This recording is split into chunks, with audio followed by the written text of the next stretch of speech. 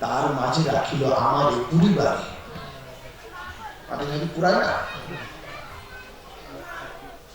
এক পক্ষ কাল ধরে আমি পুরিলাম ওই দোষের আগুনে, এক পক্ষ কাল। 15 দিন ধরে আগুন জ্বলছে, আমি পুড়েই যাচ্ছি, পুড়ে তবে তো মাটির পাত্র হয়। এক পক্ষ কাল পুরার পরে আমি ভাবলাম, যুবরাজ এই বুঝি আমার পরীক্ষা শেষ। পুরার পরে ঠান্ডা হতে তো সময় লাগে, তারপরে সেখান থেকে আমি কুম্ভকার আমার সযতনে আমি রাখিল ঘরের এক কোণে। যতদিন যায় আমি ভাবি কি আমার বুঝি হইল পরীক্ষার শেষ। একদিন কি হইল আমার, আমি সংক্ষেপে বলছি কাহিনী, কিন্তু একদিন কি হইল আমার, কুম্ভকার লইয়া গেল আমারে মাথায় উঠিয়া বাজারে বেচি লাগে। বাজারে বেচার জন্য নিয়ে গেছেন আমাকে। আমি ভাবিলাম এই বুঝি মোর পরীক্ষার শেষ। কি বলবো কুম্ভকার, কি বলবো যুবরাজ, এই বুঝি আমার পরীক্ষার শেষ। যত আছে খরিদ্দার তারা থাপ্পড়ে থাপ্পড়ে করে বলে থেতো থেতো শেষ। তারা থাপ্পড়ে থাপ্পড়ে করে মুড়ে থেতো থেতো। যারাই আছে মাটি হেঁটে বাজায়, না হলে কারণ হয়ে যাবে, তো ফুটো হয়ে যাবে, জল থাকবে না। যুবরাজ যত আছে খরিদ্দার থাপ্পড়ে থাপ্পড়ে মুড়ে করে থেতো থেতো। হাই যুবরাজ, আমার যদি পরীক্ষার না হইল শেষ। কিন্তু একদিন আমারও কি ভাগ্যের দোষে, ভাগ্যের ফলে গুরুদেব আসিয়াছে বলে কিনিবা। গুরুদেব আসিয়াছে আশ্রম উৎসব করে কিনিবারে। আমি অতি আনন্দ মনে রহিছি কুম্ভকর্ণের সম্মুখে। গুরুদেব দেখিলেন আমারে, আনিলেন মোরে আশ্রমের তরে। আশ্রমের জন্য আমাকে আনলেন। যুবরাজ গুরুদেবের সঙ্গ, গুরুদেবের স্পর্শ পেয়ে আমি ভাবিলাম আমার বুঝি পরীক্ষা হইল শেষ। যুবরাজ গুরুদেব আমি রাখিলে মোরে গঙ্গাজল ভরিয়া শ্রী মন্দিরের তরে।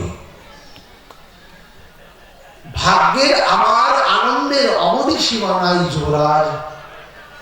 এত পরীক্ষা দিয়ে আমি গুরুদেব, জানো যুবরাজ, গুরুদেব যেদিন থেকে আমাকে নিয়ে আসলেন, আর গুরুদেবের সঙ্গে ঠাকুরের হয় যত লীলা আমি দেখি তা পশ্চাৎ।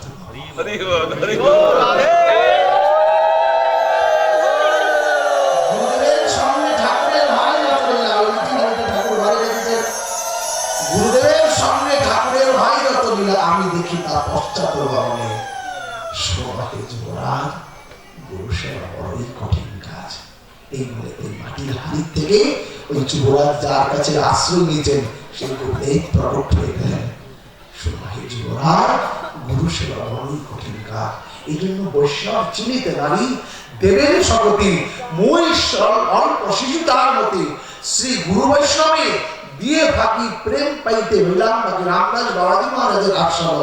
শ্রী গুরুদেবের চরণে, শ্রী বৈষ্ণব চরণে ঐকান্তিক নিষ্ঠা যদি কোন ভক্ত, কোন শিষ্যের, কোন আশ্রিত জনের হয়ে যায়, তাহলে তার ভগবত প্রাপ্য লাভ করতে কোন চিন্তার প্রয়োজন নেই, অনায়াসে পাবে গিরিধারী।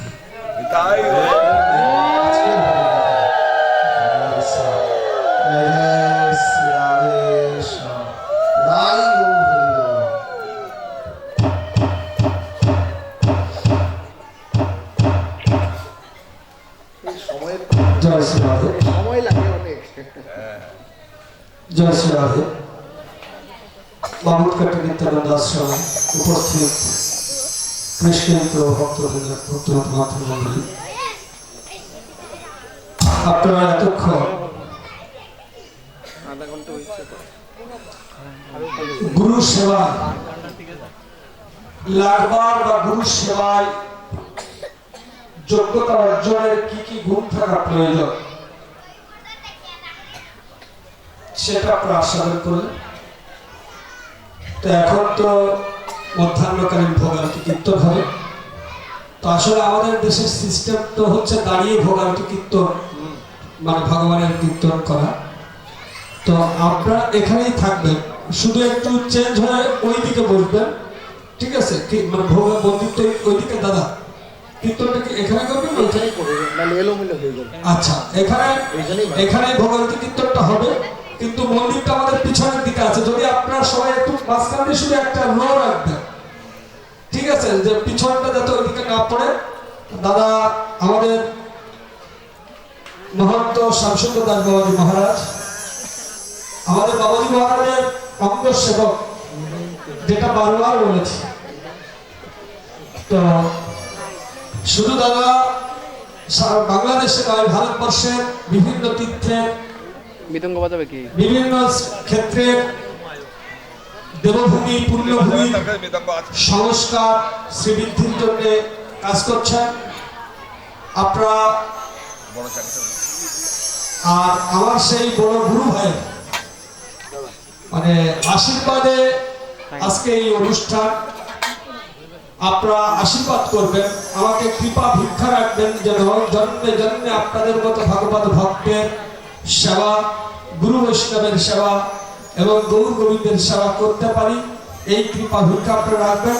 এখন আমাদের ভোগারতি কীর্তন করবেন মহন্ত শ্রী শামসুন্দর দাস বাবাজি মহারাজ।